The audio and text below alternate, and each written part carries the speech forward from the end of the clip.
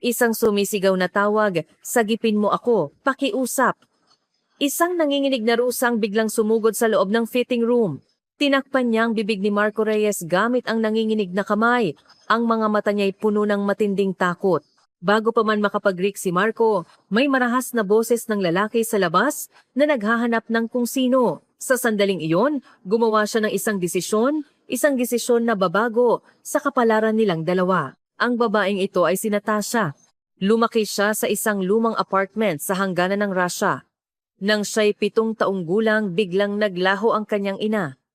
Mula noon, mag-isa niyang binuhat ang responsibilidad ng buong pamilya. Ang kanyang ama ay nalulunod sa alak. Si Marco naman, isang Pilipino, ay nakipagsapalaran sa malayong lupain para sa trabaho. At kahit nagtatrabaho siya ng 3 shift para mabuhay, hindi pa rin siya makatakas sa kailaliman ng kawalan ng pag-asa. Hanggang sa hindi inaasahang pagkikita sa isang fitting room, isang estranghero mula sa Pilipinas ang unang nagpadama sa kanya ng init ng proteksyon. Ngunit ang kwento ay hindi nagtatapos doon. Paano babaguhin ng relasyon na nagsimula sa isang maliit na silid subukan ang buhay ng isang babae? At paano magigising ang kanyang ama mula sa kailaliman ng alkoholismo?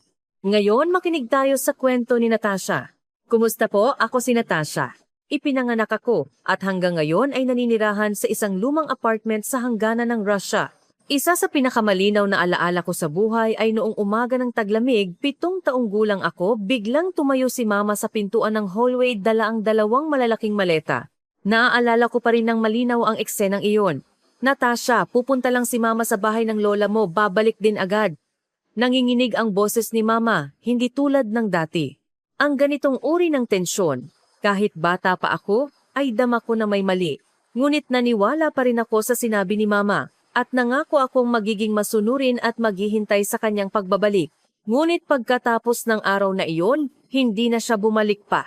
Sa simula, kaming dalawa ni Papa ay naniwalang babalik agad si mama. Gabi-gabi, nakaupo si Papa sa tabi ng telepono, naghihintay ng balita mula kay mama. Ako naman nakatayo sa bintana, maingat na nakikinig sa bawat yabag sa hagdanan. Lumipas ang 1 linggo, lumipas ang 1 buwan. Ngunit hindi pa rin nagpakita si mama. Sa simula, sinubukan talaga ni Papa na alagaan ako. Nagluto siya ng mga pagkain na hindi masarap at sinubukan niyang labhan ang aking damit. Ngunit sa paglipas ng panahon, unti-unting nawala ang pag-asa sa mukha ni Papa.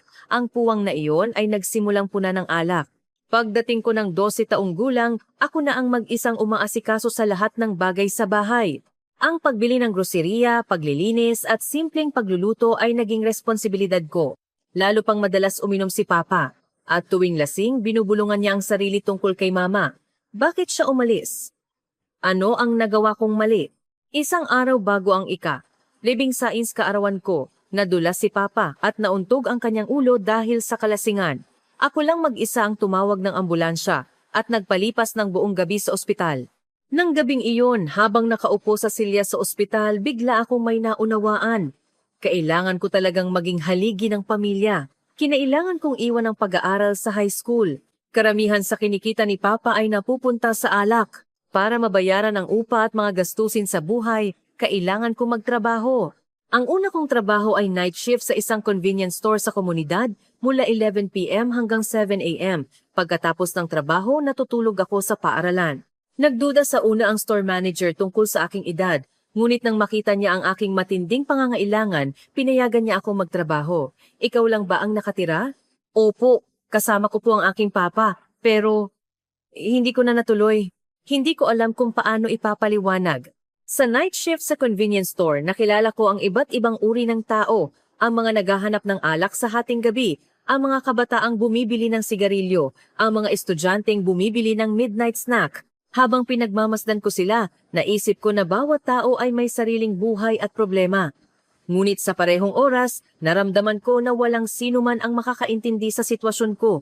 Kaya, hindi ako naging college student kundi lumaki ako bilang isang manggagawa. Ngunit hindi sapat ang trabaho sa convenience store para sa lahat ng gastusin, kaya nagtatrabaho rin ako sa araw bilang tagahugas ng pinggan at tagalinis sa isang coffee shop sa komunidad. Ang may-ari ng coffee shop ay isang babae na nasa middle age. Paminsan-minsan ay iniaabot niya sa akin ang isang tasa ng mainit na tsaa at tinatanong kung nahihirapan ako. Ngiti lang ang isinasagot ko Dahil kung sasabihin kong nahihirapan talaga ako, baka bumagsak ang luha ko. Lalong lumala ang kalasingan ni Papa. Dati, binubulungan lang niya ang sarili, ngayon ay nagsisimula na siyang sumigaw at maghagis ng mga gamit. Minsan, pag uwi ko, magulo ang buong bahay, basag na plato, nakatumbang silya, at si Papa nakahiga sa gitna, walang malay. Sa mga araw na ganoon, inihahatid ko muna si Papa sa kama.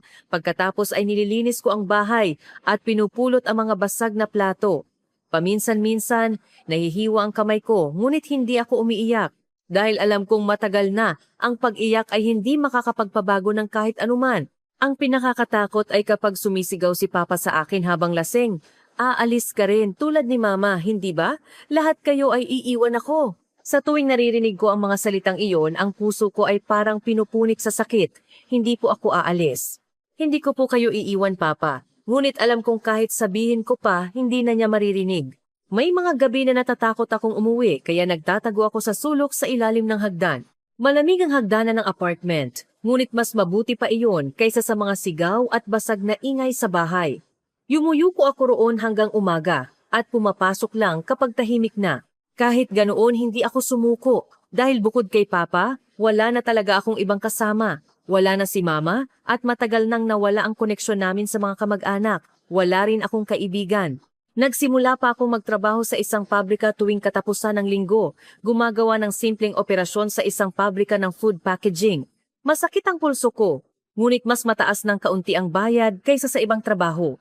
Karamihan sa mga tita sa pabrika ay tahimik, mukhang may kanya-kanyang pinagdadaanan. Sa ganitong pang-araw-araw na buhay, may nangyaring nakakatakot. Isang Biyernes ng gabi, nakatanggap ako ng tawag na nasugatan si Papa sa isang away sa isang pub. Nasaktan ang kamay ng iyong ama, pakiusap, pumunta ka agad sa ospital. Dali-dali akong pumunta sa ospital. Naasikaso na ang sugat ni Papa, ngunit ang problema ay ang sumunod na nangyari. Lasing na lasing si Papa, at nang makita niya ako, nagsimula siyang sumigaw. Natasha, nagdala ka ba ng pera? Kailangan nating bayaran ang medical fee. Lahat ng tao sa paligid ay nakatingin sa amin. Naramdaman kong nagiinit ang mukha ko, ngunit sinubukan ko pa ring pakalmahin si Papa. Papa, hinaan mo ang boses mo. Ospital ito. Ngunit hindi siya nakinig at patuloy na sumigaw. Pera! Ibigay mo ang pera! Huwag ka nang umuwi kung wala kang pera. Sa sandaling iyon, naramdaman kong hindi ko na kaya. Tumakbo ako palabas ng ospital at naglakad ng walang direksyon sa kalye. Umagos ang luha ko, ngunit pilit kong pinigilan. Ngunit hinabol pala ako ni Papa. Natasha, saan ka pupunta? Bumalik ka! Mas lalo akong nagmadali, hanggang sa tumakbo na ako. Dahil sa takot sa boses ni Papa sa likuran, sumugod ako sa pinakamalapit na gusali. Isa itong maliit na tindahan ng damit. Pagpasok ko, lumingon ako sa paligid. Maliit ang tindahan, ngunit buti na lang may ilang fitting room sa sulok. Palapit na ang mga yabag ni Papa. Wala akong oras para mag-alinlangan. Sumugod ako sa pinakamalapit na fitting room at mabilis na isinara ang pinto. Makitid ang fitting room, ngunit maliwanag ang ilaw. Ang puso ko ay tila sasabog, parang hindi na ako makahinga sa bigat ng dibdib ko. Hindi ako makapaniwala na hinabol ako ni Papa hanggang dito. Ngunit sa sandaling isinara ko ang pinto, nagulat ako. May tao na pala sa loob. Isang lalaki. Isang binti pa lang niya ang nakapasok sa pantalon at tumigil siya roon, nakatingin sa akin. Mukhang taga-silangang Asya. Siguro ay mas matanda sa akin ng ilang taon, katamtaman ng taas, at mukhang sibilisado. Halata ang gulat sa mukha niya. Noon, nasa estado na ako ng matinding takot at hindi ko alam ang gagawin. Naisip ko lang na kung sumigaw ang lalaking ito, tapos na ang lahat. Kusa akong umabot at tinakpan ang bibig niya at ang isa kong kamay ay nagsenyas ng tahimik. Nagulat din ang lalaki nang bigla akong sumugod, ngunit hindi pa niya naisusuot ng maayos ang pantalon niya, tinakpan na ang bibig niya, natigilan siya roon. Ngunit mukhang mabilis siyang nakaunawa na talagang natatakot ako. Nanginginig ako. Nais kong sabihin, pasensya na. Gamit ang nanginginig na boses, ngunit sa sandaling iyon narinig namin ang marahas na boses ni Papa sa labas. Natasha, nasaan ka? Lumabas ka. Kakausapin kita. May banta sa boses na wala roon dati. Lalo akong nawala ng pag-asa. Inalis ko ang kamay ko sa bibig niya at nag-cross ako ng kamay, desperadong nagmamakaawa. Nagawa ko lang banggitin nang walang boses, tulungan mo ako. Siguradong puno ng kawalan ng pag-asa at takot ang mukha ko noon. Nakatayo pa rin ang lalaki, hindi pa rin naisusuot ng maayos ang pantalon niya, ngunit tila nabasa niya ang kawalan ng pag-asa sa aking mga mata. Pagkatapos, dahan-dahan siyang tumango, ipinahiwatig na nauunawaan niya. Kahit nakakahiya at magulo ang sitwasyon, handa siyang tumulong sa akin. Mabilis akong itinulak ng lalaki sa pinakadulo ng sulok ng fitting room. Siya naman ang tumayo sa harap, humaharang sa pinto. Hindi pa rin niya naisusuot ng maayos ang pantalon niya. Sa ganitong biglaang sitwasyon, sinubukan pa rin niya akong protektahan. Palapit ng palapit ang mga yabag ni Papa. Naghahanap siya sa buong hallway at tumigil sa harap ng fitting room. Kinapitan ko ang hininga ko, tahimik na naghihintay. Ngunit napakalakas ng tibok ng puso ko na tila naririnig sa labas. Nagsimulang kumatok si Papa sa pinto ng fitting room. "Nasa loob ka, hindi ba? Huwag kang magtago. Lumabas ka." Malakas ang boses at tila nagsisimula ng mapansin ng ibang customer. Sa sandaling iyon, binuksan ng lalaki ang pinto ng fitting room. Nagharap sila ni Papa. Nakatago ako sa likuran. At naririnig ko lang ang usapan nilang dalawa. Kalmado, ngunit matatag ang tono ng lalaki. Sinabi niya sa hindi perpektong Russia na nagpapalit siya ng damit. Malinaw ang intensyon, ang boses ay may kumpiyansa at paggalang. Mukhang natigilan si Papa. Siguro ay hindi niya inasahan ang ganitong sitwasyon kaya medyo naging magalang siya sa tono. Tinanong niya kung may nakita ba siyang babaeng may blonde na buhok at ganito ang taas. Nanginginig pa rin ang boses ni Papa, ngunit mas kalmado kaysa kanina. Matatag ang sagot ng lalaki. Sabi niya, wala siyang nakita, mag-isa lang siya. Ang mga salitang iyon ay hindi mukhang kasinungalingan, masyadong natural kaya hindi nagduda si Papa. Nag-alinlangan pa yata si Papa ng ilang segundo, ngunit sa huli, humingi siya ng paumanhin at umalis. Unti-unting lumayo ang mga yabag. Nagsimula akong huminga ng malalim. Magkasama kaming nagpigil ng hininga sa fitting room hanggang sa tuluyang nawala ang mga yabag ni Papa. Ang sandaling iyon ay tila napakatagal. Pagkatapos ng ilang minuto, mahina siyang nagsalita. Mukhang ligtas na. Doon lang ako natauhan. Yumukod ako ng malalim at paulit-ulit na nagpasalamat. Kung hindi dahil sa estrangherong ito, ayaw kong isipin kung ano ang mangyayari. Sabi ng lalaki, wala iyon, at nag-alala siyang nagtanong kung natakot ba ako. May tunay na pag-aalala at init sa boses niya. Ito ang unang pagkakataon na nakaramdam ako ng tunay na pagmamalasakit mula sa isang ganap na estranghero. Sinabi kong maayos na ako at kailangan ko nang umalis. Nagpaalam kami sa isa't isa, medyo awkward ngunit taus-puso. Hindi ko man lang nakita ng maayos ang mukha niya o naitanong ang pangalan niya, ngunit ang maikling pagkikita na iyon ay malalim na nakatatak sa aking puso. Ito ang unang pagkakataon sa buhay ko na may nagtangkang magpabago ng kapalaran at nagprotekta sa akin. Ang init at seguridad na iyon ang unang beses na naranasan ko. Sa pag-uwi, paulit-ulit kong naaalala ang sandaling iyon. Ang kalmadong boses ng lalaki, ang paraan ng pagprotekta niya sa akin, ang taos-pusong pag-aalala sa mukha niya. Napaka-estranyo ng lahat ng ito sa akin. Nang dumating ako sa bahay, tulog na si Papa sa sofa. Buti na lang at hindi na siya nanggulo, ngunit hindi ako makatulog. Ang mga pangyayari noong araw na iyon ay umiikot sa isip ko. Nang gabing iyon, may isa pa akong naunawaan. Walang sino man ang nagprotekta sa akin sa buong buhay ko. Umalis si Mama. Si Papa ay nalulunod sa alak. At hindi niya ako kayang protektahan. Sa halip, ako ang kailangang magprotekta sa kanya. Wala akong kaibigan at wala akong matatanda na maaasahan, ngunit iba ang nangyari sa fitting room noong araw na iyon. Kahit naganap na estranghero, tinulungan ako ng lalaking iyon nang walang kondisyon at nagtaguyod pa ng abala para sa akin. Mula noon, tuwing dumadaan ako malapit sa tindahan ng damit na iyon, iniisip ko kung magkikita pa kaming muli. Ngunit, hindi madali ang magkita ulit. Pagkatapos ng ilang araw mula sa insidente sa fitting room, ang bahay ay parang impyerno pa rin. Pagkatapos ng araw na iyon, lalo pang naging sensitibo si Papa. Mas madalas siyang magbulong sa sarili habang lasing at tinitingnan niya ako ng may pagdududa, kaya lalo akong nagpapagabi umuwi. Pagkatapos ng trabaho, hindi ako dumidiretso sa bahay, kundi nagpapalipas ng oras sa 24 oras na coffee shop o naglalakad sa komunidad. Doon kahit papaano, may sandali akong kapayapaan. Ganoon din ang nangyari noong araw na iyon. Pagkatapos ng night shift sa convenience store, mga 7 a.m. pumasok ako sa coffee shop. Wala pa masyadong customer sa oras na iyon at tahimik. Umupo ako sa sulok at umorder ng mainit na tsaa. Kahit pagod na ako, ayaw kong umuwi. Habang nakaupo ako sa upuan ng coffee shop, nakatingin sa labas ng bintana, bigla akong may nakitang likod na pamilyar. Sa sandaling lumingon ang taong iyon, nagulat ako. Ito ang lalaking tumulong sa akin sa fitting room ilang araw na ang nakalipas. Mukhang nakilala rin niya ako. Nag-alinlangan siya sandali pagkatapos ay dahan-dahan siyang lumapit sa aking mesa. Ikaw iyon noong araw, hindi ba? Opo, maraming salamat po noong araw. Dali-dali akong tumayo para magpasalamat. Ngunit ang sumunod na sinabi ng lalaki ay tuluyang nagpatigil sa akin. Kumusta ka noong araw? Ang simpleng tanong na iyon ay nagpabagsak sa isang bahagi ng puso ko. Sa matagal na panahong iyon, walang nagtanong sa akin kung kumusta ako. Walang nagmalasakit kung nahihirapan ba ako. Ngunit ang estrangherong ito ay tunay na nag-aalala sa akin. Nais kong magsalita, ngunit halos bumagsak ang luha ko. Ang damdamin na matagal kong pinigilan ay tila biglang umagos. Nang makita ng lalaki ang kalagayan ko, maingat niyang sinabi, "Umupo ka. Ayos lang kahit dahan-dahan kang magsalita." Kaya umupo ako.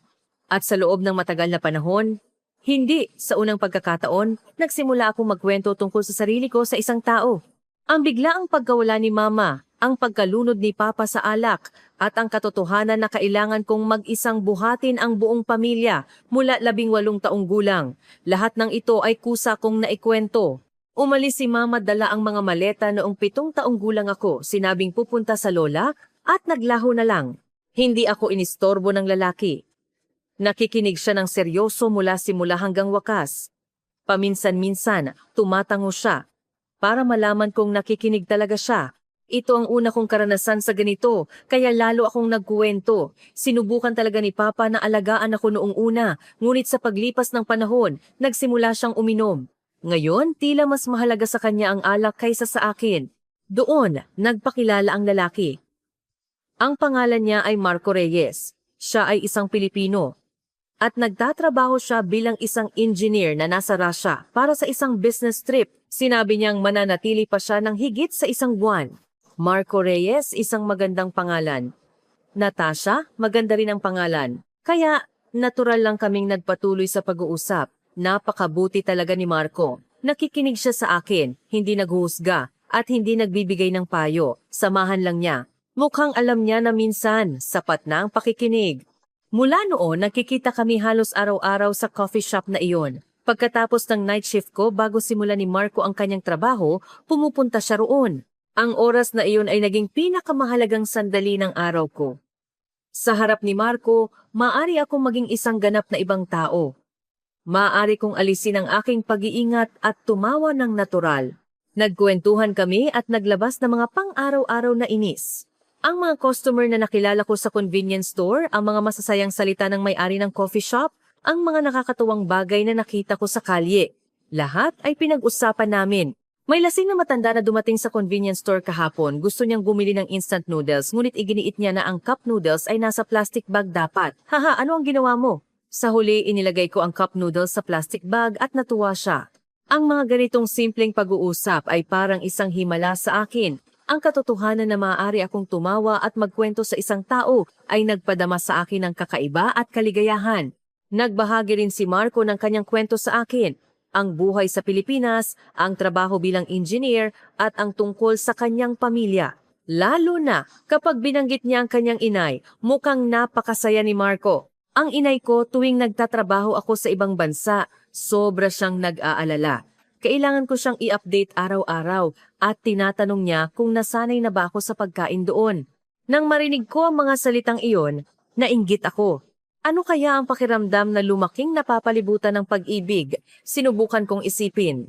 Dahil sa oras na ginugol ko sa coffee shop, natural lang na nagpapagabi akong umuwi.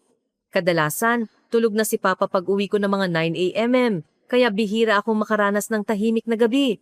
Walang sigaw ni Papa, walang ingay na mga gamit na nabasag. Kaya nakakatulog ako ng mapayapa.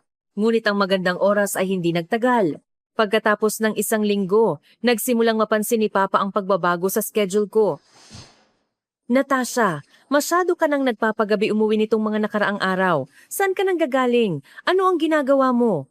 Sa simula, nagdahilan ako na late ako umuwi dahil sa trabaho. Ngunit lalong lumalim ang pagdududa ni Papa. Talaga bang ganoon ka-late matapos ang trabaho? Alam kong 24 oras ang convenience store, ngunit hindi ba't fix ang shift mo? Mas marami palang alam si Papa kaysa sa inaakala ko. At habang lumalalim ang pagdududa, nagsimula siyang humingi ng mas maraming pera. Hindi ba't may mas malaking kita ka sa ibang lugar? Bakit mo itinatago sa akin? Ang mga ganitong tanong ay talagang nagpadama sa akin ng hirap.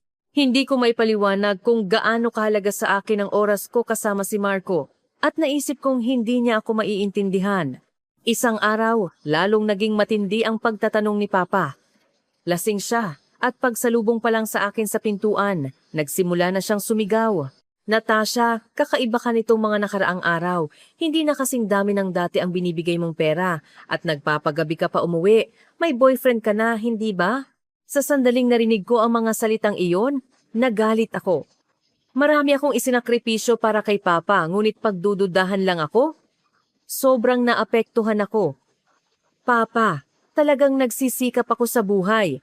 Bakit mo ko pinagdududahan? Kaya sabihin mo sa akin, nasaan ka? Ano ang ginagawa mo? Bakit hindi mo masabi? Noon, sa unang pagkakataon sa buhay ko, tumindig ako laban kay Papa. Tama na, hindi ako ATM machine ni Papa. Nang lumabas ang mga salitang iyon sa bibig ko, nagulat maging ako. Hindi ko pa kailanman sinabi iyon kay Papa. Nagulat din ang mukha ni Papa. At natigilan siyang nakaupo. Nang gabing iyon, sinabi ko kay Marco ang nangyari. Marco, ano ang dapat kong gawin? Hindi ko na kayang mamuhay ng ganito kasama si Papa. Nag-isip si Marco ng matagal at pagkatapos ay maingat siyang nagsalita. Natasha, maari ba akong maging tapat? Baka hindi mo magustuhan ang maririnig mo. Ayos lang. Sabihin mo po, kung patuloy mo siyang tutulungan ng ganito, hindi magbabago ang iyong ama. Ang tunay na tulong ay ang putulin ang komunikasyon at bigyan lang siya ng pinakamababang gasto sa buhay. Ang mga salitang iyon ay tila malupit, na parang gusto niya akong iwanan si Papa. Ngunit nakakagulat, sa pinakamalalim na bahagi ng aking puso, naramdaman ko na ang sinasabi ni Marco ang tunay na tulong. Pero paano kung mag-isa si Papa? Kapag nag-iisa lang siya, doon lang niya haharapin ang kanyang problema. Ngayon, nilulutas mo ang lahat ng problema niya, kaya wala siyang dahilan para magbago. Luhikal ang mga salita ni Marco, ngunit tumagal pa ng ilang araw bago ako makapagdesisyon. Bukod kay Papa, wala na talaga akong ibang kasama. Hindi madaling talikuran ang Papa na iyon. Ngunit sa huli, sa unang pagkakataon sa buhay ko, nagdesisyon ako para sa sarili ko. Putulin ang komunikasyon kay Papa at ipadala lang ang pinakamababang gasto sa buhay. Nang sabihin ko kay Marco ang desisyon na ito, mahigpit niyang hinawakan ang kamay ko. Ito ay isang napakahirap na desisyon. Napakaganda mo. Sasamahan kita. Ang mga salitang iyon ay nagbigay sa akin ng malaking lakas. Naramdaman kong hindi ako nag-iisa. Ang pagputol ng komunikasyon ay mas mahirap kaysa sa inaakala ko. Sa unang buwan, galit na galit si Papa. Tumakbo pa siya sa lugar ng trabaho ko para humingi ng pera. Nagpadala rin siya ng mga mensahe sa akin sa pamamagitan ng kapitbahay na tito. Ngunit nagdesisyon akong manindigan. Kasama ko si Marco sa panahong iyon. Tuwing nag-aalangan ako, pinalalakas niya ang loob ko at sinasabing tama ang desisyon ko. Ito ang pinakamahirap na oras. Magtiis ka pa ng kaunti. Lumipas ang 2 buwan, 3 buwan at nagsimula ng may pagbabago. Nagdala ng balita ang kapitbahay na Tito Natasha. Nitong mga nakaraang araw, bumaba ang bilang ng pag-inom ng iyong ama. At nakikita ko siyang lumalabas para maghanap ng trabaho paminsan-minsan. Nang marinig ko ang mga salitang iyon, sa unang pagkakataon, nakaramdam ako ng pag-asa. Nagbabago na ba talaga siya? Kaya, sa unang pagkakataon sa buhay ko, naunawaan ko ang isang bagay. Hindi na ako nag-iisa. Mayroon na akong taong nagmamalasakit sa akin at nagnanais ng aking kaligayahan. Sa ganoong kadahilanan, nagsimula ng maging ganap na iba ang aking buhay. Lalo pang naging mahalaga ang oras ko kasama si Marco. Ang oras na nagkikita kami araw-araw sa coffee shop ay naging tanging kapayapaan ko sa maghapon. Sa harap ni Marco, maari kong tuluyang alisin ang aking pag-iingat at tumawa ng natural magkwento. Ngunit mabilis lumipas ang magandang oras. Isang araw sinabi ni Marco na matatapos na ang business trip niya at kailangan na siyang umuwi sa Pilipinas. Sa sandaling narinig ko ang mga salitang iyon, lumubog ang puso ko. Mawawala ang kapayapaang ito. Hindi ko kayang isipin. Sa panahong ito, nakaya ko lang dahil kay Marco. Kung mag-isa na naman ako, hindi ko alam kung paano ako mabubuhay. Sinabi ni Marco na aalis siya sa susunod na Biyernes, ngunit may sasabihin siya sa akin. Pagkatapos, maingat niyang hinawakan ang kamay ko. Ngayon, nasa yugto na ang iyong ama na kaya na niyang mabuhay mag-isa. Sumama ka sa akin sa Pilipinas. Kailangan mo ng mas mainit na buhay. Ang mga salitang iyon ay tila malupit, makasarili, o maingat na pag-aalala para sa akin. Hindi ko alam kung ano, ngunit may isang bagay na sigurado. Kung wala si Marco, at babalik ako sa dati kong buhay, hindi ko na talaga kaya. Sinabi kong hindi ko kayang iwanan si Papa at umalis. Ngunit sinabi ni Marco na binibigyan na si Papa ng pagkakataong magbago. Sabi ng kapitbahay na tito, hindi na siya masyadong umiinom at naghahanap na siya ng trabaho. Kung mananatili ako rito, baka umasa lang siya sa akin. Makatuwiran ang mga salita ni Marco, ngunit tumagal pa ng ilang araw bago ko ito matanggap sa puso ko. Bukod kay Papa, wala na talaga akong ibang kasama. Hindi madaling talikuran ang Papa na iyon. May guilt na tila iniiwan ko si Papa. Ngunit sa huli, sa unang pagkakataon sa buhay ko, nagdesisyon ako para sa sarili kong buhay. Pumunta sa Pilipinas. Marami akong kailangang gawin bago pumunta sa Pilipinas. Una, kailangan kong mag-resign sa convenience store at coffee shop at kailangan kong mag-ayos ng maleta. Ngunit ang pinakamahirap ay kung paano ko sasabihin ang balita kay Papa. Sa huli, nagdesisyon akong sumulat ng liham dahil kung personal kong sasabihin, baka masyadong magulo ang emosyon. Habang sumusulat ako ng liham, patuloy na umaagos ang luha ko. Sinabi ko kay Papa na pupunta ako sa Pilipinas. Sa loob ng 1 taon, maghahanap ako ng trabaho at aayos. Sa panahong iyon, magpapadala ako ng pinakamababang gasto sa buhay. Pakiusap, huwag siyang mag-alala sa akin. At pakiusap, mamuhay siya ng maayos para sa sarili niya. Sinabi kong gusto ko ring mamuhay para sa sarili ko. Narinig kong nabawasan ang pag-inom ni Papa at sobrang natutuwa ako. Sa tingin ko, oras na para magsimula kaming dalawa. Sa huli isinulat ko, mahal kita. Pagkatapos kong matapos ang liham, gumaan ang pakiramdam ko. Parang sa wakas ay nasabi ko ang mga salitang matagal nang nakabaon sa kaibuturan ng aking puso. Nagpakiusap ako sa kapitbahay na tito na ibigay ang liham. Nagulat sa una ang tito, ngunit nang malaman niya na matatag ang aking desisyon, mabilis siyang pumayag na tumulong. Tama ang iniisip mo. Oras na para tumayo sa sarili niyang paa ang iyong ama. Huwag kang mag-alala. Magkaroon ka ng masayang buhay. Palapit ng palapit ang araw ng pag-alis. Nalulunod ako sa magulong emosyon.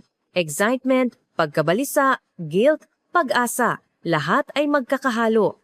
Noong huling gabi ko sa Russia, tumingin ako sa labas ng bintana at binalikan ang nakaraan.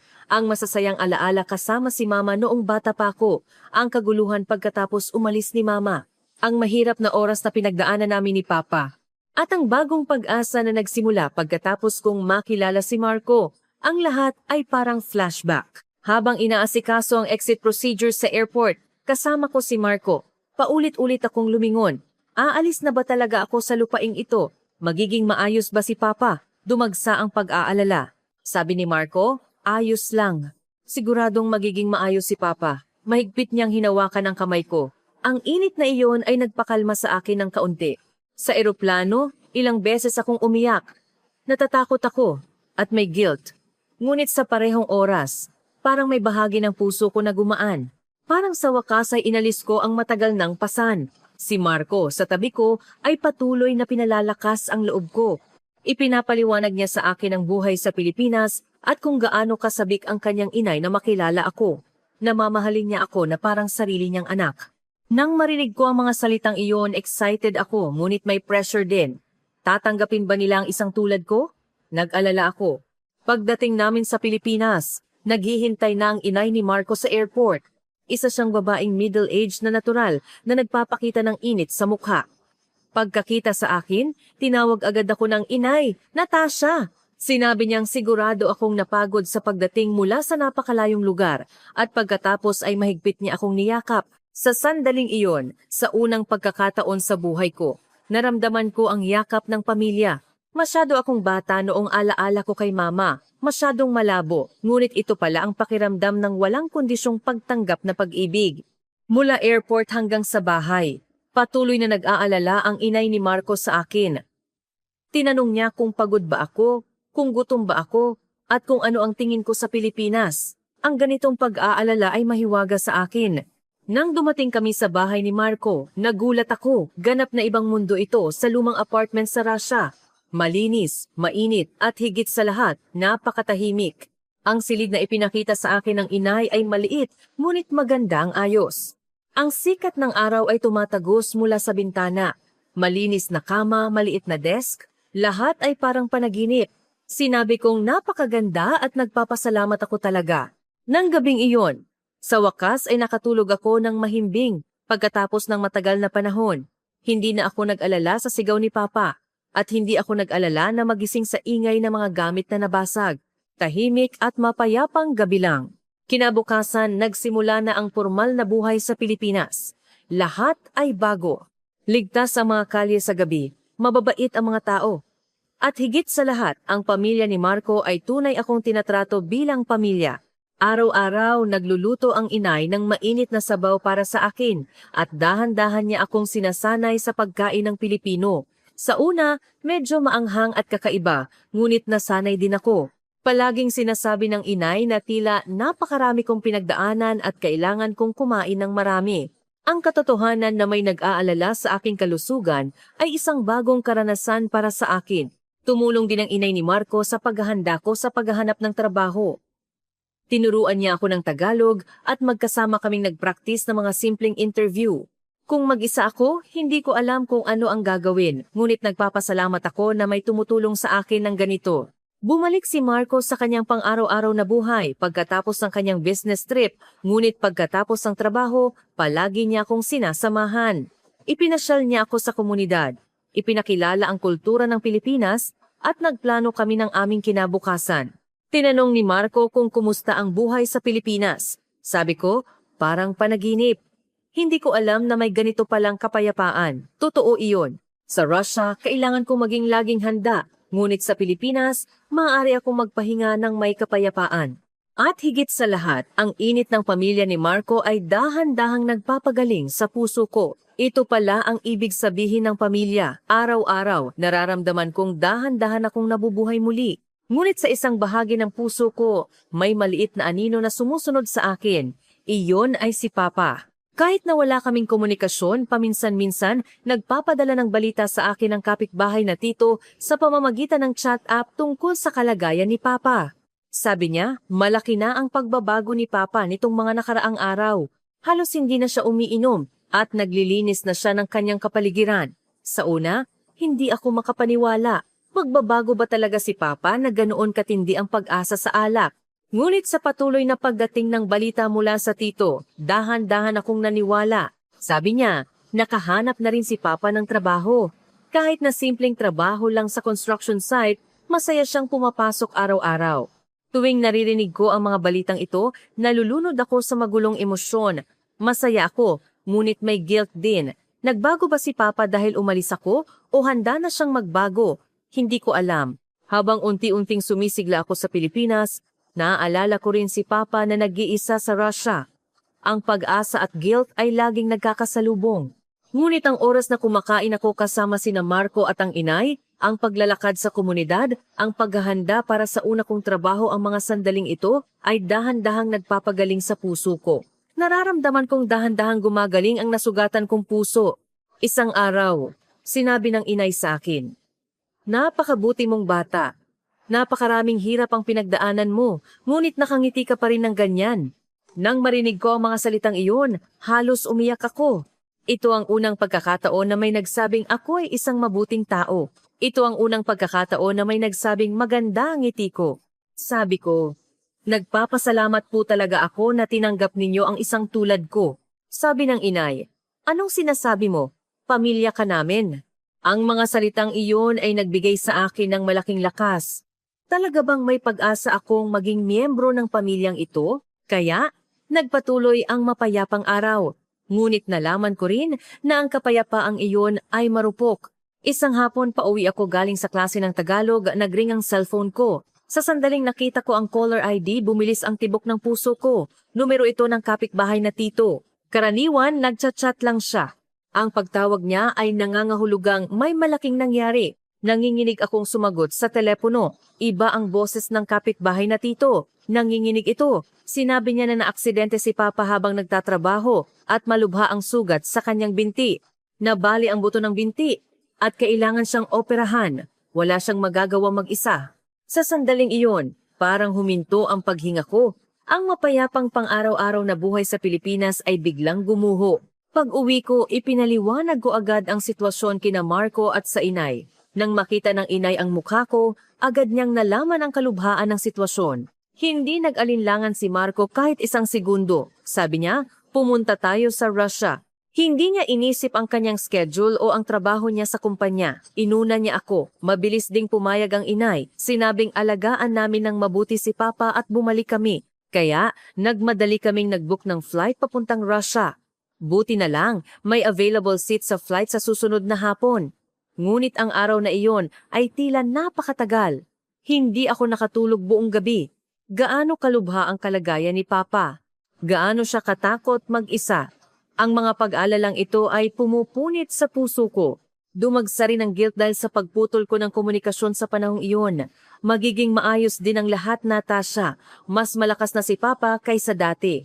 Patuloy akong inalo ni Marco, ngunit mahirap alisin ang pagkabalisa. Sa eroplano, hindi ako mapakali. Pagkatapos ng ilang buwan, babalik ako sa Russia, ngunit iba na ang sitwasyon ngayon. Noong huli, tumakas ako mula sa kawalan ng pag-asa.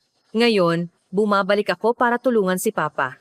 Pagdating namin sa airport sa Russia, dumiretso kami sa ospital.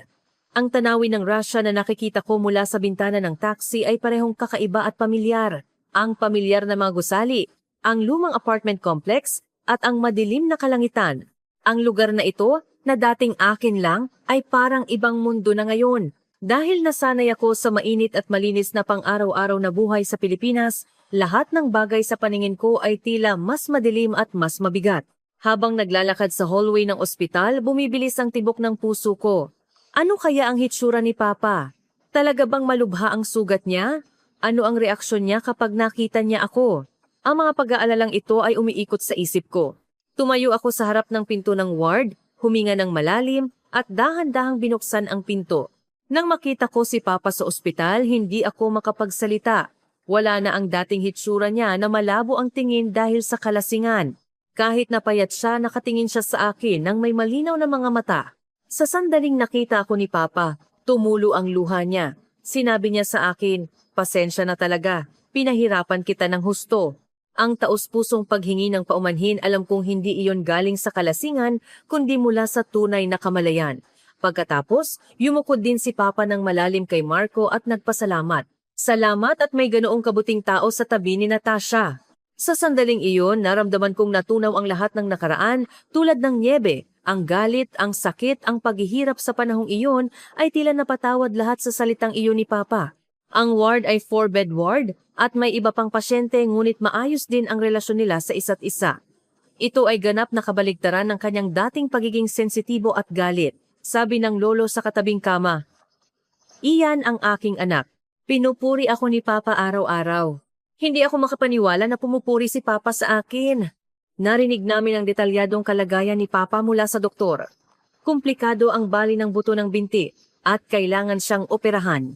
Aabuti ng hindi bababa sa 2 buwan bago siya gumaling, ngunit nakahinga ako ng maluwag nang marinig na wala siyang panganib sa buhay. Nag-aalala ako bago ang operasyon. Ilang buwan lang ang nakalipas, tumakas ako at ngayon, ako na ang tagapag-alaga ni Papa. Magulo ang isip ko. Ang operasyon ay naka-schedule kinabukasan ng umaga. Nang gabing iyon, nagbantay ako sa tabi ni Papa. Gusto akong papuntahin ni Marco sa kalapit na hotel para magpahinga, ngunit hindi ako makaalis sa tabi ni Papa. Nang gabing iyon, nagkaroon kami ni Papa ng aming unang tunay na pag-uusap. Sa kalaliman ng gabi ng tahimik ang ward at tulog na ang ibang pasyente, maingat siyang nagsalita. Tinanong niya kung masaya ba ako sa Pilipinas. Iba ang boses niya, napakalambing at napakainit. Sinabi kong napakasaya ko talaga. Sinabi ni Papa na ang kaligayahan ko ang pinakamahalaga at mukha siyang kampante. Dahan-dahan, parang mga salitang matagal na niyang gustong sabihin ngunit hindi niya masabi. Ipinaliwanag ni Papa ang proseso ng kanyang pagtigil sa pag-inom. Pagkatapos mong umalis, impyerno talaga sa simula. Galit at kalungkutan ang magkahalo. Lalo akong umasa sa alak. Ngunit isang umaga nang magising siya matapos makatulog sa sahig dahil sa kalasingan, bigla siyang may naunawaan. Kung mamamatay siya ng ganito, wala siyang maiiwan kay Natasha. Sabi ni Papa na sa simula, halos mabaliw siya pagkatapos kong umalis. Galit na galit at napakalungkot. Ngunit pagkatapos ng mga isang buwan, bigla niyang naunawaan kung anong buhay ang pinamumuhay niya. Kaya, nagdesisyon siyang magbago. Nakahanap siya ng simpleng trabaho sa construction site. Kahit na simple lang, may sense of accomplishment siya sa pagpasok araw-araw at hindi na niya naisipang uminom. Pagkatapos, taos-puso ring sinabi ni Papa ang kalungkutan at guilt na naramdaman niya pagkatapos umalis ng kanyang anak. Sinabi niya ngayon lang niya nalaman kung gaano ako nahihirapan at muli siyang humingi ng paumanhin. Tumulo ang luha ng tunay na pagsisisi sa mata ni Papa. Umiyak din ako. Ito ang unang pagkakataon na nakita ko si Papa ng ganito. Naging matagumpay ang operasyon. Nagising si Papa mula sa anesthesia at ako ang una niyang hinanap. Nagpasalamat siya sa pagpunta ko. Sabi ko, natural lang na pumunta ako. Papa kita. Nanatili kami sa ospital ng 1 linggo pagkatapos ng operasyon. Talagang inalagaan ni Marco si Papa na parang sarili niyang anak. Hindi masarap ang pagkain sa ospital kaya bumili siya ng porridge sa kalapit na Russian restaurant. Nahihirapan si Papa na gumalaw sa kama kaya tinulungan niya itong ayusin ng unan at kumot. Kapag naiinip si Papa, sinubukan ni Marco na makipag-usap sa kanya gamit ang hindi perpektong Russian para patawanin siya. Kahit hindi ganap na nagkakaintindihan ang wika, lubos na naipahatid ang intensyon. Ang talagang nagpaiwan ng malalim na impresyon sa akin ay ang eksena kung paano minamasahe ni Marco ang mga paa ni Papa. Sabi ni Papa na namamaga ang paa niya na hindi inoperahan. Hindi nag-alinlangan si Marco at minasahe ito. Nang makita ko siyang ginagawa ang bagay na hindi na kailangan pang gawin ng isang tagapag-alaga, nakumbinsi ako na seryoso ang taong ito sa akin. Lalo ring tinrato ni Papa si Marco na parang anak. Sinabi niyang nakakakampante na may ganoong kabuting tao sa tabi ni Natasha. Pagkatapos ng ilang araw, isang gabi sa tahimik na ward, sinabi ni Marco kay Papa na gusto niyang panagutan si Natasha habang buhay. Sa sandaling narinig ko ang mga salitang iyon, nabulabog ang puso ko. Alam kong tungkol iyon sa kasal. Si Papa, na hindi uminom kahit isang patak at malinaw ang isip, ay natahimik sandali. Pagkatapos ay dahan-dahan siyang tumango. Ipinagkakatiwala ko sa iyo ang bata. Nagsisimula pa lang ako matuto kung paano maging ama ngayon. Sa mga salitang iyon ni Papa, naramdaman ko ang taos-pusong intensyon. Hindi ito padalos-dalos o emosyonal na reaksyon tulad ng dati, kundi isang desisyon na pinag-isipan. Nagpasalamat si Marco. Sinabi niyang salamat kay Papa dahil napalaki niya ako ng maayos. Tumawa si Papa at sinabing si Natasha ay lumaki sa sarili niyang pagsisikap at siya pa nga ang naging hadlang. Sa sandaling iyon, naramdaman ko ang pinakamalalim na kapayapaan sa buhay ko. Ang nakaraan ay naayos na. Ganap na bumukas ang pinto sa isang bagong buhay. Habang gumagaling si Papa, nagsimula rin ang aming relasyon sa simula.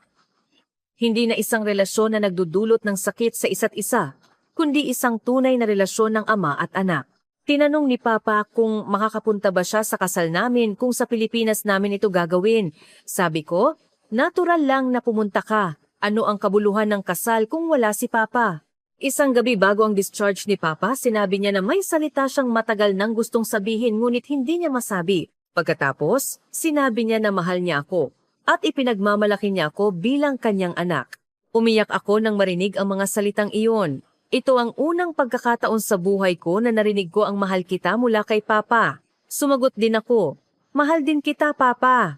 Noong araw ng discharge, sinabi ni Papa na pumunta kami sa Pilipinas at mamuhay ng maayos. Magiging maayos din siya rito, kaya huwag kaming mag-alala. Sabi ko, makikipag-ugnayan ako ng madalas at dapat siyang pumunta sa kasal. Sabi ni Papa, natural lang, kasal iyon ng anak ko, kaya umalis kami sa Russia. Ngunit sa pagkakataong ito, hindi kami umalis na parang tumatakas, kundi umalis kami para sa isang bagong simula, dala ang basbas ni Papa. Ang oras sa ospital ay talagang mahalaga para sa aking buhay. Nagkaroon ako ng tunay na pagkakaisa kay Papa at nagkaroon ako ng katiyakan sa kinabukasan ko kasama si Marco. Si Papa ay naging ibang tao na talaga. Walang amoy ng alak kundi amoy ng sabon. Walang malabong tingin kundi malinaw na mga mata. Sa eroplano, hinawakan ni Marco ang kamay ko. Ngayon, ito na talaga ang simula natin. Sumagot din ako. Oo, ito na ang bagong simula. Habang nakatingin sa ulap sa labas ng bintana, naunawaan ko na ang tunay na kaligayahan ay hindi nakukuha sa pag-iwan sa isang tao, kundi dumarating kapag ang lahat ay nakahanap na ng sarili nilang lugar. Si Papa, ako, at si Marco, mukhang nahanap na namin lahat ang daan patungo sa kaligayahan. Pagbaba ko ng eroplano at pagtapak sa airport ng Pilipinas, nakaramdam ako ng magulong emosyon. Ang lupaing ito, na bago pa lang sa akin ilang linggo na ang nakalipas, ay talagang parang bago kong tahanan ngayon. Ang buhay sa Russia ay laging parang isang labanan na kailangan kong pigilin ang hininga, ngunit ang pang-araw-araw na buhay sa Pilipinas ay, kahit nakakaiba, napakainit. Mula airport hanggang sa bahay, patuloy na tinatanong ni Marco kung pagod ba ako, kung may kailangan ba ako, at kung nag-aalala ba ako sa pag-iwan kay Papa. Ang ganitong pag-aalala ay mahiwaga pa rin sa akin. Hindi ako makapaniwala na may nag-aalaga sa akin ng ganito. Pagdating sa bahay, naghihintay na ang inay ni Marco sa hallway. Pagkakita sa akin, niyakap agad ako ng inay at sinabing sigurado akong napagod. Magpahinga ka ng mabuti rito sa bahay namin. Tinanong ng inay kung kumusta ang kalagayan ni Papa. Matagumpay ba ang operasyon? Siguradong nag-alala ka. Isinasaalang-alang niya pati ang nararamdaman ko. Ang ganitong pag-aalala at konsiderasyon ay muling nagpatulo ng luha ko. Hindi ako sigurado kung qualified ba ako para tanggapin ang init na ito. Nang gabing iyon, habang nakaupo sa hapagkainan na inihanda ng inay, sa unang pagkakataon nalaman ko kung ano ang tunay na family meal. Nagbabahagi ang isa't isa ng natural tungkol sa nangyari sa maghapon, tumatawa at paminsan-minsan naglalambing. Ang mga bagay na ito ay napakamisteryo sa akin. Sa Russia, kahit ang pagkain kasama si Papa ay puno ng tensyon. Ngunit dito, maaari akong huminga ng madali. Ang karanasan sa Tagalog Language School ay bago rin. Nag-aaral ako ng Tagalog kasama ang mga tao mula sa iba't ibang bansa.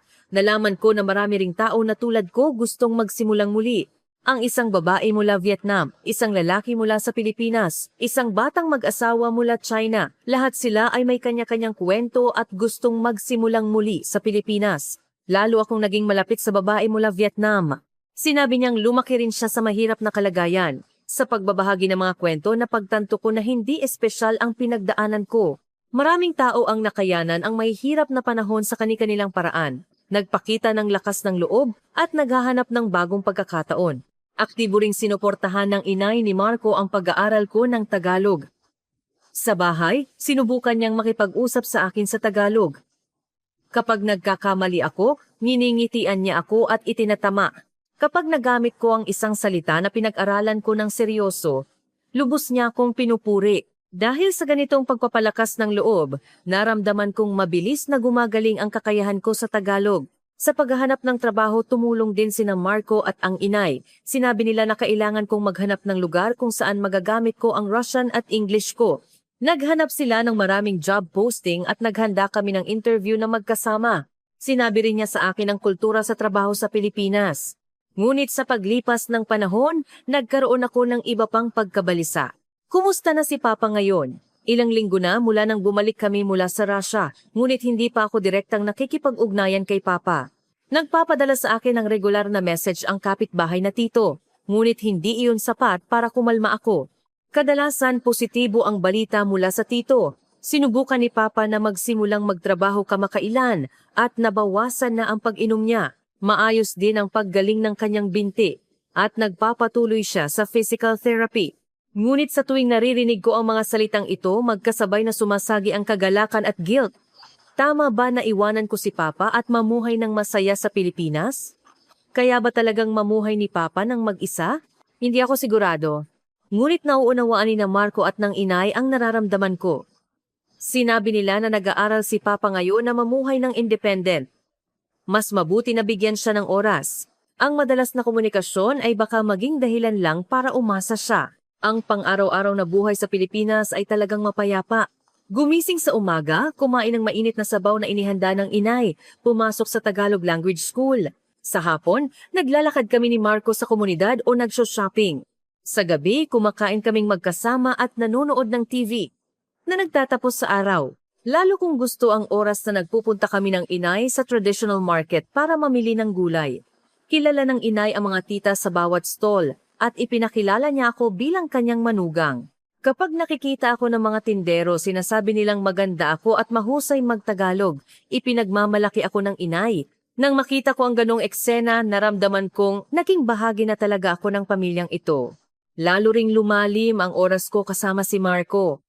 Hindi lang kami magkasintahan na nagmamahalan, kundi talagang nagiging life partner. Samahan ako ni Marco sa lahat ng proseso ng pag-adjust ko sa buhay sa Pilipinas. Tuwing may maliit na problema, agad siyang tumutulong. Isang gabi habang naglalakad kami ni Marco sa tabi ng Ilog Pasig, nakaupo sa tabi ng ilog at pinagmamasda ng agos ng tubig, sinabi ko kay Marco, parang nabubuhay talaga ako ngayon. Hindi ako kailanman nakahinga ng ganito kasimple. Hinawakan ni Marco ang kamay ko at ngumiti siya. Simula pa lang ito, ang buhay na lilikha nating magkasama ay mas maganda pa. Nang marinig ko ang mga salitang iyon, naniwala ako talaga. Kung gaano kahirap ang nakaraan, ganoon kaganda ang magiging buhay sa hinaharap, sigurado ako. Habang nakatingin sa Ilog Pasig, naisip ko na patuloy na aagos ang ilog na ito. Ang buhay ko rin ay patuloy na aagos. Ngunit ngayon, siguro ay aagos ito patungo sa mabuting direksyon. Ang buhay sa Pilipinas ay sa wakas nagturo sa akin ng tunay na kahulugan ng buhay. Hindi lang ito tungkol sa pagtitiis, kundi tungkol sa paghahanap ng kaligayahan, pangangarap at paglikha ng kinabukasan kasama ang taong mahal mo. Iyan ang tunay na buhay. Hindi ko rin makakalimutan ang tensyon noong una kong job interview. Para ito sa posisyon ng Russian interpreter at translator sa isang trading company. Sina Marco at ang inay ay nagpraktis sa akin hanggang gabi bago ang araw. Mula sa etiquette sa trabaho sa Pilipinas hanggang sa kung paano magpakilala, ang sagot sa mga posibleng tanong lahat ay inihanda. Noong araw ng interview, talagang pinaghandaan ng inay ang almusal at pinalakas ang loob ko. Huwag kang mag-alala. Maging natural ka lang. Nagpabakante rin si Marco para ihatid ako sa interview venue. Dahil sa suportang iyon, matagumpay kong natapos ang interview. Pagkatapos ng ilang araw, nakatanggap ako ng job offer. Malinaw ko pa ring naaalala ang tensyon noong una kong araw sa trabaho. May pressure na mag-adjust sa mga bagong kasamahan, bagong trabaho, at bagong kapaligiran. Ngunit masaya rin ako na sa wakas ay makakagawa ako ng trabaho gamit ang sarili kong kakayahan. Dahil ito ay trabaho na gumagamit ng Russian at English, nagamit ko ng lubos ang aking kakayahan sa wika. Karamihan sa mga kasamahan ko sa kumpanya ay mababait din. Sa simula, may ilan na nahihiya dahil banyaga ako. Ngunit dahan-dahan, natanggap nila ako nang makita nila ang aking kasipagan at kakayahan, lalo na ang isang ate sa group namin.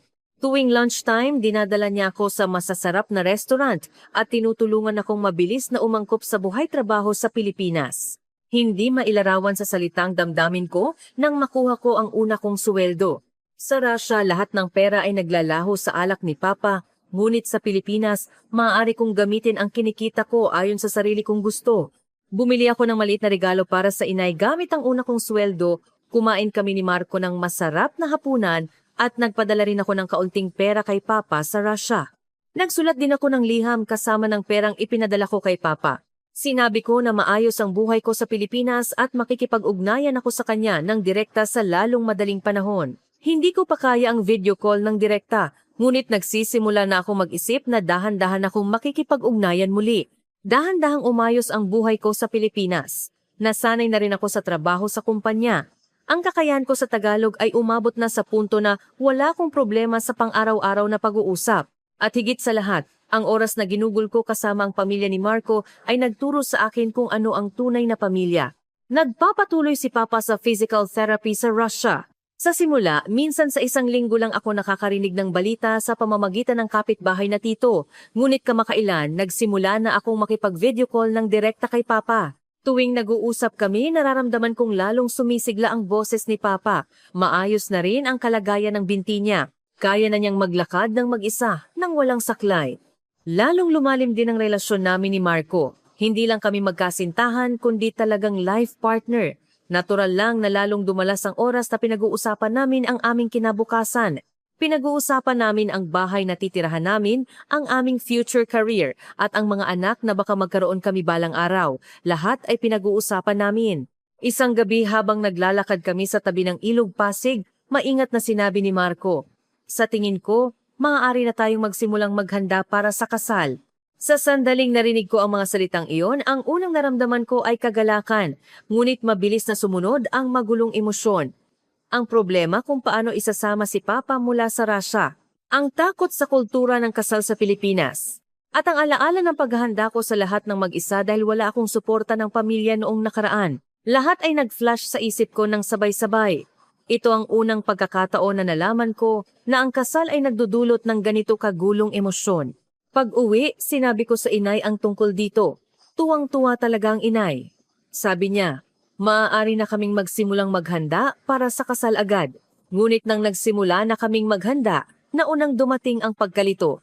Ang paghahanda para sa kasal ay mas komplikado at mas mahirap kaysa sa inaakala ko. Ang araw na pinili namin ang wedding dress ay naaalala ko pa rin ng malinaw. Habang nakatingin sa maganda at marangyang wedding dress, patuloy kong iniisip, qualified ba talaga akong magsuot ng ganito? Kasama ko ang inay sa bridal shop.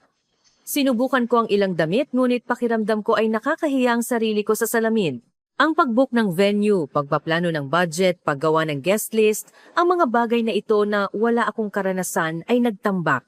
Iba rin ang kasal sa Pilipinas sa Russia, ang pamamanhikan, ang tradisyonal na kasal, ang pagdiriwang, lahat ay bagong mundo sa akin. Mabait na ipinaliwanag ng inay, ngunit nag-alala ako kung magagawa ko ito ng maayos.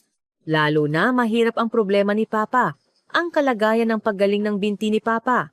Kaya ba niyang magtiis sa mahabang flight papunta sa Pilipinas? Magdudulot ba ito ng burden sa kanyang kalusugan? Araw-araw nag-aalala ako. At nag-alala rin ako kung paano kung hindi siya mag-adjust kapag dumating siya sa Pilipinas. Sa panahong ito nagkaroon kami ni Marco ng maliliit na pagtatalo. Sabi ni Marco, gagawin namin ang lahat para makarating si Papa. Magbubuk kami ng business class ticket at aayusin namin ang lahat para sa kanya mula airport. Sabi ko naman, ayaw kong maging burden sa kanya ang problema ng pamilya ko. Paano kung masira ang kasal dahil kay Papa?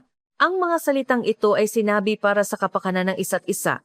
Ngunit ang mga intensyon na iyon ang nagpadala sa amin ng sakit sa isa't isa.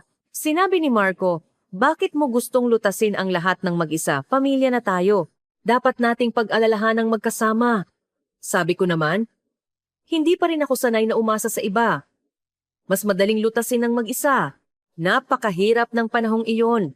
Dapat ay masaya kami sa paghahanda para sa kasal, ngunit lalong lumaki ang pagkabalisa at pag-aalala. Nagmadali ba ako sa pagpapasya?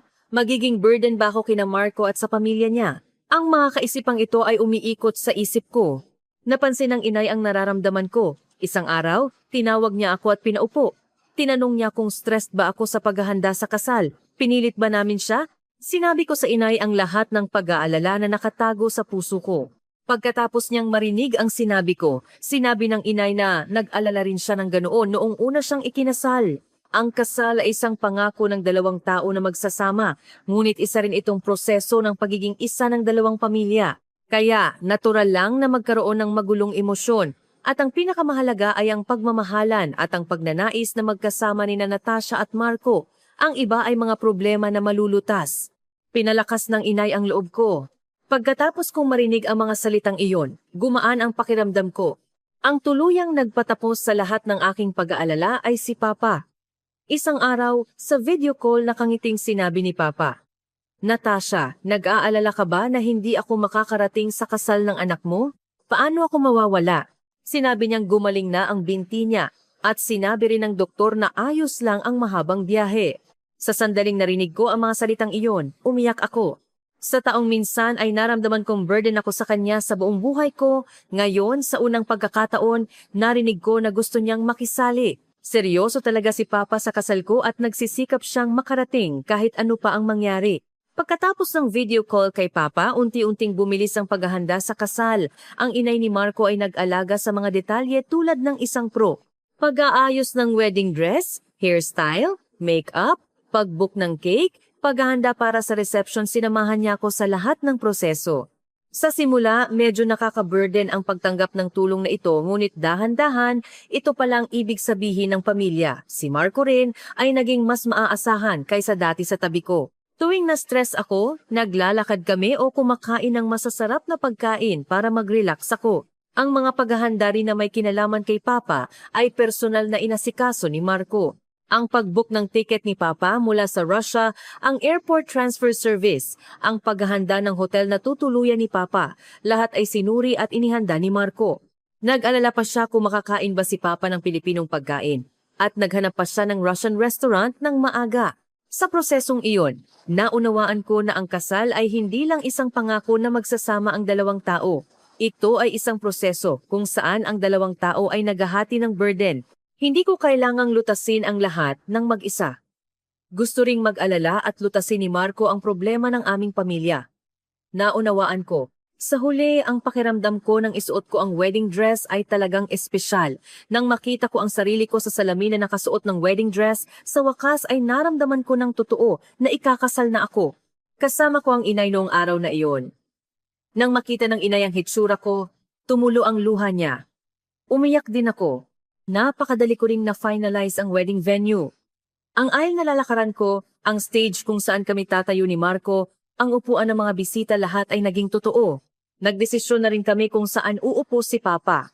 Kung kailangan niya ng wheelchair, maaari itong ihanda anumang oras. Napag-usapan na namin ito sa mga tauhan ng wedding venue. Isang linggo bago ang kasal, dumating si Papa sa Pilipinas. Hindi mailarawan sa salita ang kagalakan ko nang makita ko si Papa sa airport.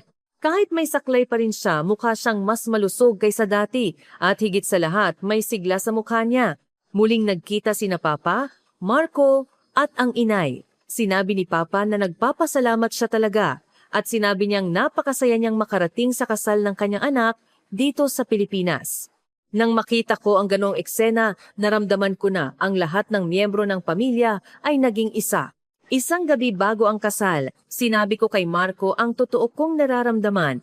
Minsan, natatakot ako at gustong magtago. Ang kaligayahan na ito ay parang panaginip at natatakot akong baka mawala ito balang araw. Ngunit alam ko na ngayon, kung kasama ko si Marco, kaya kong pumunta kahit saan. Mahigpit na hinawakan ni Marco ang kamay ko at sumagot.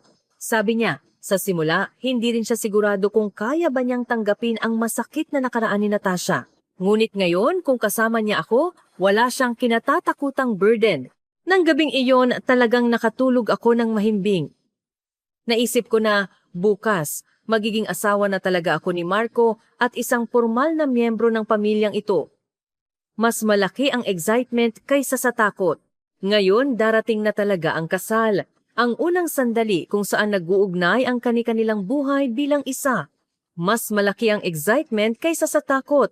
At sigurado ako na magsisimula na talaga ako ng bagong buhay ngayon. Kahit maliit, napakainit ng kasal. Mas emosyonal kaysa sa inaakala ko. Si Papa, na dahan-dahang lumakad gamit ang saklay, ay umiyak habang tinitingnan kami ni Marco. Sa sandaling sinabi niya kay Marco, "Ipinagkakatiwala ko siya sa iyo, naramdaman ko talaga na ang lahat ay nasa lugar na." Ang mga salitang iyon ay hindi lang simpleng pagbati. Ito ay isang basbas. Ito ay isang ganap na pagkakaisa sa nakaraan. Pagkatapos ng kasal, ang sinabi ni Papa sa akin ay hindi ko pa rin makalimutan hanggang ngayon. Sinabi niyang napakaganda kong bride at ipinagmamalaki niya ako. Napakabuting tao ang nakilala ko kay Marco at napakaganda iyon. Pagkatapos, sinabi niyang mamuhay kami ng masaya simula ngayon. Magiging malusog siya sa Russia, kaya huwag kaming mag-alala. Ang buhay pagkatapos ng kasal ay mas abala, ngunit mas punong-puno. Ang una naming buhay mag-asawa sa bago naming bahay. Mas malaking responsibilidad sa trabaho. Isang ganap na bagong rhythm ng buhay. Lahat ay bago, ngunit laging may kasamang salitang kaligayahan. Gumising sa umaga, kumain ng almusal kasama si Marco. Nagtatrabaho ng mabuti sa kani-kanilang kumpanya. Nagluluto ng magkasama sa gabi, nagbabahagi ng nangyari sa maghapon. Ang paulit-ulit na pang-araw-araw na buhay na ito ay parang isang himala sa akin. Ang inay ni Marco ay patuloy na nag-aalaga sa amin ng maingat. Pumupunta siya sa bahay namin ng 2 beses o 3 beses sa isang linggo. Naghahanda ng ulam, tinitingnan kung maayos ang ayos ng bahay, at nagtatanong kung may kailangan ba kami. Sa simula, medyo nakaka-burden ang ganitong pag-aalala, ngunit dahan-dahan, ito ang pag-ibig ng tunay na pamilya. Regular din kaming nakikipag-video call kay Papa sa Russia. Sa simula, mga 1 beses sa isang linggo, ngunit lalong tumagal ang aming komunikasyon. Tuwing nag-uusap kami, maingat na tinatanong ni Papa kung maayos ba akong kumakain, kung maayos ba ang pakikisama namin ni Marco, at kung may inconvenience ba ako sa buhay sa Pilipinas. Ang ganoong pag-aalala ay napakahalaga sa akin. Mga 1 taon pagkatapos ng kasal, dumating ang balitang hinihintay namin, buntis ako. Nanginginig ang kamay ko habang tinitingnan ang pregnancy test stick. Niyakap ako ni Marco ng may luha at sinabing may bagong buhay na darating sa amin. Parang panaginip talaga. Ang inay ni Marco ay labis na nagalak nang marinig ang balita. Masaya siya na parang siya mismo ang buntis. Agad siyang nagpabook sa akin sa isang magandang ospital, naghanap ng mga pagkain na maganda para sa buntis at nangolekta pa ng impormasyon tungkol sa prenatal education. Dahil sa maingat na pag-aalaga na ito, naging komportable talaga ang pagbubuntis ko. Tuwang-tuwa rin si Papa sa Russia nang marinig ang balita. Tuwing nag-uusap kami, maingat siyang nagtatanong tungkol sa kalusugan ko. Kumakain ba ako ng maayos? Nagbubuhat ba ako ng mabigat? Nagpadala pa siya ng tradisyonal na damit ng sanggol mula sa Russia para sa kanyang apo. Lubos akong nagpapasalamat sa pagmamalasakit na iyon. Ang kagalakan ng maramdaman ko ang paggalaw ng sanggol sa kalagitnaan ng pagbubuntis ay hindi mailarawan sa salita. May maliit na buhay na gumagalaw sa tiyan ko, kahanga-hanga at kagalang-galang.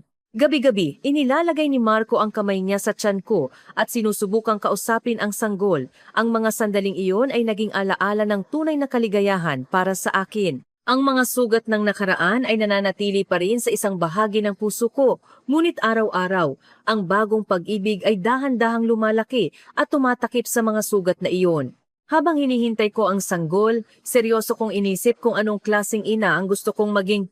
Nagdesisyon ako na magiging ina ako na magbibigay ng sapat na pag-ibig sa anak na ito. Ang pag-ibig na hindi ko natanggap noong bata pa ako. Habang papalapit ang due date, bumalik si Papa sa Pilipinas. Sabi niya, gusto niyang makita ng personal ang pagsilang ng kanyang apo. Sa pagkakataong ito, gumaling na rin ang binti niya. Kaya na niyang maglakad ng mag-isa ng walang saklay. Nang makita ko si Papa sa airport, nakita kong mas malusog siya kaysa dati at talagang nakakakampante ako. Naaalala ko pa rin ang malinaw ang tensyon nang magsimula ang labor noong araw ng panganganak. Si Marco, sa tabi ko, ay patuloy na hinawakan ang kamay ko at pinalakas ang loob ko. Ang inay at si Papa ay naghihintay sa ospital, balisa silang naghihintay. Pagkatapos ng ilang oras ng labor, sa wakas, ipinanganak ang sanggol. Hindi ko malilimutan ang kagalakan ng sandaling iyon habang buhay. Noong araw na ipinanganak ang sanggol, sa unang pagkakataon, nakita ni Papa ang kanyang apo. Hindi siya makapagsalita. Nanginginig lang ang kamay niya at mahina siyang nagsalita. Nakita ko ang ganitong himala. At umiyak siya ng matagal habang hinahawakan ang maliit na kamay ng kanyang apo. Ang mga luha na iyon ay halo-halo ng pagsisisi, paggaling, kagalakan at pag-ibig. Ang pakiramdam ko nang hawakan ko ang sanggol sa unang pagkakataon sa nursery ay mahiwaga talaga. Ang isang napakaliit marupok na buhay ay nagmula sa akin. Hindi ako makapaniwala at nakumbinsi ako na kaya kong gawin ang lahat para sa anak na ito. Pagkatapos ng discharge, ang postpartum care sa bahay ay mas mahirap kaysa sa inaakala. Ngunit nakayanan ko dahil tumulong ang lahat ng miyembro ng pamilya. Tinuruan ako ng inay sa lahat, mula sa postpartum recovery hanggang sa kung paano alagaan ng newborn. Si Papa, na nanatili sa Pilipinas ng 1 pang buwan, ay napakaaktibo sa pag-aalaga sa kanyang apo. Ang eksena ni Papa na nag-aalaga sa kanyang apo ay mahiwaga talaga. Ang init ng pamilya na hindi ko naranasan noong bata pa ako. Maingat siyang nag-aral kung paano magpalit ng diaper, kung paano gumawa ng gatas, at kung paano patahanin ang sanggol kapag umiiyak. Lalo na, ang eksena ni Papa na nakaupo at nagpapatulog sa sanggol ay nag-iwan ng malalim na impresyon. Habang kinakantahan siya ng Russian lullaby at dahan-dahang hinahaplos, naisip ko, Sana ay nakita ko si Papa ng ganito noong bata pa ako. Ngunit nagpapasalamat pa rin ako na nakita ko ito ngayon. Pagkatapos bumalik ni Papa sa Russia, madalas din kaming nag-video call. Sabi niya, ang pagtingin sa mukha ng kanyang apo ang nagpapasaya sa kanya araw-araw. Araw-araw siyang nagtatanong at nagpapadala siya ng mga laruan sa apo niya sa Pilipinas mula sa Russia. Minsan, masyadong mahal ang mga laruang ipinapadala niya, kaya pinapayuhan siya ni Marco ng magalang. Ngunit nakita ko na talagang maganda ang hitsura niya kahit na minsan ay clumsy siya sa pagiging lolo. Nang 6 na buwan na ang sanggol, bumalik si Papa sa Pilipinas. Sabi niya, gusto niyang manatili ng 3 buwan at gumugol ng mas maraming oras kasama ang apo niya. Sinabi rin niya na sigurado siyang nahihirapan kami bilang mag-asawa sa pag-aalaga at gusto niyang tumulong. Ang kagalakan ni Papa ng unang tinawag ng sanggol na Papa at Mama ay labis. Masaya siya na parang siya mismo ang nagiging magulang. Tumawag siya sa mga kaibigan niya sa Russia para magyabang. Ang ganoong Papa ay napakabago at napakamisteryo sa akin. Isang araw habang karga-karga niya ang apo niya, tahimik na sinabi ni Papa, "Humihingi ako ng paumanhin sa iyo, Natasha, at nagpapasalamat ako. Lumaki ka sa sarili mong pagsisikap." Nang marinig ko ang mga salitang iyon, naramdaman kong dahan-dahang bumaba ang burden na matagal kong pasan. Ang pagkilala at paghingi ng paumanhin ni Papa kahit huli na, nagpapasalamat ako talaga. Nang mag-1 taong gulang ang sanggol at nag-first birthday kami, nagtipon ang lahat ng pamilya mula sa Russia at Pilipinas. Ang kapitbahay na tito ay pumunta rin sa Pilipinas para batiin kami. Doon, naramdaman ko talaga na naging kumpleto na ang aming pamilya. Noong bamboo dance Filipino traditional dance, nahawakan ng sanggol ang isang panulat, sabi ni Papa. Napakatalino ng apo namin at tuwang-tuwa siya. Pagkatapos sinabi niya kay Marco, "Ipinagkakatiwala ko sa iyo ang edukasyon ng apo ko. Turuan mo rin siya ng Russian." Ang mga pag-uusap na iyon ay talagang nagpadama sa akin ng init. Ngayon, hindi na ako ang bata na tumakas mula sa sakit sa Russia. Ako na ang ina na nagbibigay ng mas magandang mundo sa kanyang anak. Ako ang asawa na lumilikha ng kinabukasan kasama ang kanyang asawa. Ako ang anak na nagbigay ng pangalawang pagkakataon sa kanyang ama. At higit sa lahat, naging isang independent na babae ako na alam kung paano mahalin ang sarili. Marami akong natutunan sa pagpapalaki ng anak ko. Kung ano ang walang kondisyong pag-ibig, kung ano ang pagtitiis, at kung gaano talaga kahalaga ang pamilya. Kahit may mga mahihirap na sandali, kapag nakikita ko ang nakangiting mukha ng sanggol, nawawala ang lahat ng pagod. Isang gabi habang kumakain kami ng hapunan kasama sina Marco ang anak namin at si Papa na bumisita sa Pilipinas, tahimik akong nag-isip. Sa huli, kami pala ang mga taong nagligtas sa isa't isa. Nagsimula si Papa ng bagong buhay dahil sa akin. Nalaman ko ang tunay na kaligayahan dahil kina Marco at sa pamilya niya.